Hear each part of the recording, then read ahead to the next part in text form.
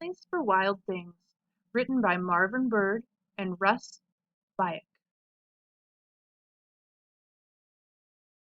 Alejandro was returning from a long day riding the estancia with the gauchos when he spotted a luxury SUV parked in front of the main house. The heavy wooden door swung open, and his mother Melissa appeared alongside a tall, fair-skinned man Alejandro didn't recognize. Please consider the offer, Senora Ortega. I'll return in 2 weeks to discuss our future plans, the man said with a broad smile. Together, we can save this beautiful place. New cars and British accents were unusual on the rugged Patagonian steppe, so Alejandro was curious. Who was that? He asked his mother as the SUV sped away in a cloud of dust along the old road. Someone with an idea, his mother replied as she turned to go inside. Please go find Martine. We all need to have a talk. She had never spoken to him in that tone before, and Alejandro couldn't shake a sense of foreboding as he searched for the old gaucho. What is it? Martine asked when Alejandro found him. The boy could only shrug and start walking to the house, where they found his mother at the dining table. Martine leaned against a post and sharpened the long blade of his fasson. I have received an offer to sell the estancia to Mr. Somerset on behalf of Ecotours International, Melissa began. Alejandro was surprised, not only by the offer, but also that his mother was including him in the conversation. Since his father's death 2 years ago, he had relied solely on Martine. Alejandro fought back a small smile. I've always hoped to maintain our land in the true gaucho tradition and keep it in the family as it has been for generations, but we have to face the reality that we're still losing money. I just don't know how much longer we can keep the place going. Alejandro's heart dropped as he thought of his father, who had always said the estancia, the land, people, and animals, was a family. He couldn't bear to think of losing another family member. What about the new rotation patterns and the smaller flocks? Martine asked. Alejandro's mother gave the gaucho a comforting smile. They've helped, but it's not enough, and it may be too little, too late. The land is overgrazed. With a sigh, she explained, Ecotours International wants to buy the land, build a resort, and create how did he put it? A destination for travelers to experience the legendary gaucho way of life and the stunning beauty of Patagonia. Not travelers, tourists, Martine almost spat the words. You thought the same of me when Gerson brought me down from Santiago, but I was in awe of you gauchos with your traditional berets, bombacha pantaloons, and leather boots, Melissa said. Martine grunted and focused on his facon and his expression the closest to blushing that Alejandro had ever seen. They just want to experience a bit of this culture, and I can't say I blame them. For a moment Melissa had a faraway look in her eye, but it disappeared as she snapped back to the reality of their situation. Other estancias have already gone under from mismanagement, desertification, or people just giving up, she continued. This is a hard life. She rubbed her forehead and sighed. Somerset and Alejandro and I could stay on for 5 years if we wanted, with me assisting with the management. What would we do after that? Alejandro asked, trying to keep his anxiety in check. What would happen to Martine and the other gauchos? Some of them have been here more than 30 years. I'm not sure, his mother said almost in a whisper.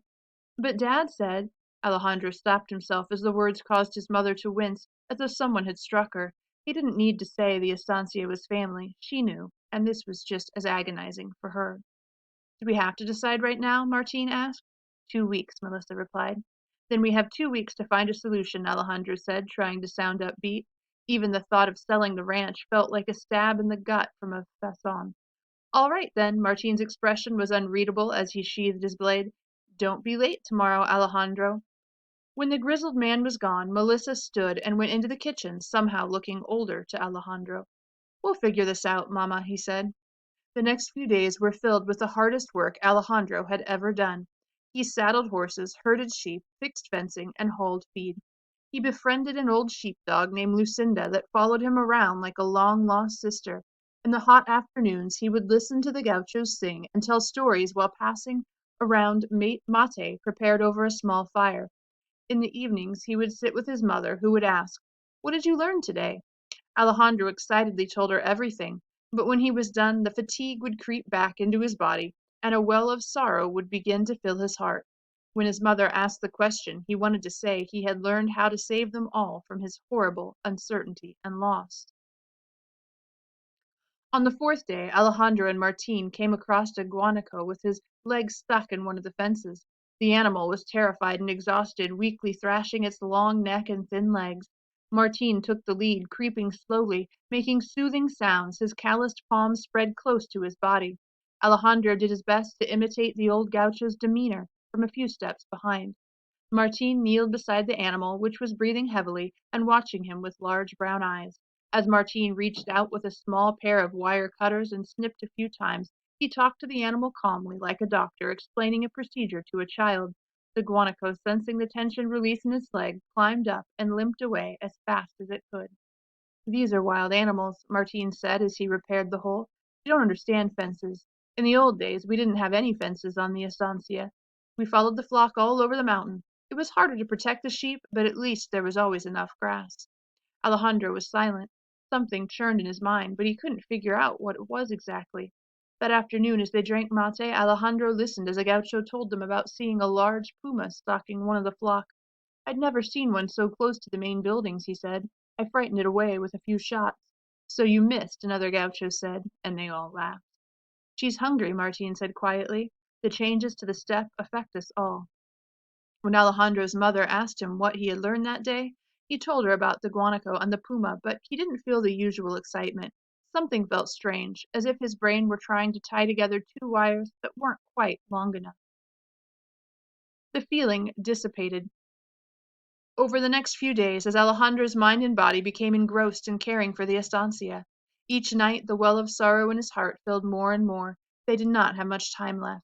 5 days before Mr. Somerset was due to return, Martin set Alejandro on his own to seek out a sheep that had wandered off while the flock was moved to a new pasture. Alejandro set off on horseback with Lucinda in the direction Martin had indicated. After searching along the fence lines, he caught a glimpse of something that looked like a sheep scrabbling through an opening in a rocky outcropping some distance away. "How did she get on the other side of that fence?" he asked Lucinda, who barked and panted happily. He left his horse at the fence to graze and walked the rest of the way, Lucinda bounding back and forth and becoming more excited. When they reached the rocky outcropping, Lucinda refused to go through the opening. "Fine," Alejandro said, "you wait here." The passage was narrow, but he could easily squeeze through by turning to the side. He quickly realized what had attracted the sheep, a small area of deep green grass dotted with wildflowers. The sheep was reluctant to leave her feast, but Alejandro managed to coax her through the passage where Lucinda barked, ready to care for her charge. Before he followed, he stepped to pick one of the flowers, a yellow-tongued porcelain orchid. He remembered his father bringing them to his mother after working on the estancia. Back then, the orchids had been much more common, but these were the first Alejandro had seen since his father died. He was about to leave when he noticed movement out of the corner of his eye. A puma stood on a ledge overlooking the patch of grass, its figure lithe and regal, and stared at Alejandro with yellow eyes. It paced back and forth, never taking its eyes off the boy. Alejandro returned the hunter's gaze, clutching the flower in his hand like a weapon, slowly backing toward the opening. Then, as if resigning itself to something, the cat lay down with a low grunt, its eyes lazily half closing. He almost felt sorry for the beast. It had been stalking the sheep and was ready for a meal, but he had ruined it. He squeezed his way through the tunnel as quickly as he could, not waiting to find out if the puma was willing to attack a human. Lucinda had herded the sheep to the fence where the horse grazed. Alejandro felt comforted by the sight as he made his way toward the animals, but his heart still thundered in his chest. Placing the flower in his pouch and taking a deep breath, he lifted the bleeding sheep and then himself over the fence. On the other side, looking back at the rocks that hid the puma and the orchids, he finally felt safe again. Alejandro climbed into the saddle and nudged his horse forward, but he couldn't push the blooming pasture and the puma from his mind. They were wild, strong, and healthy. The estancia was no longer a place for wild things, but instead a land controlled, supervised, and managed. The fence had protected him just as it protected the sheep, but the fence was also the problem. It was keeping the sheep from the rich pastures beyond. Alejandro imagined an estancia with no fences. Some of the sheep might fall victim to predators like the puma, but the flock as a whole would survive and grow stronger. Watching Lucinda herd the sheep toward the flock far in the distance, he realized that he could tell his mother that he had truly learned something today. Alejandro urged his horse into a gallop. He had to talk to Martin and the other gauchos. It was time to return to the old ways. They could fix this. There was still time.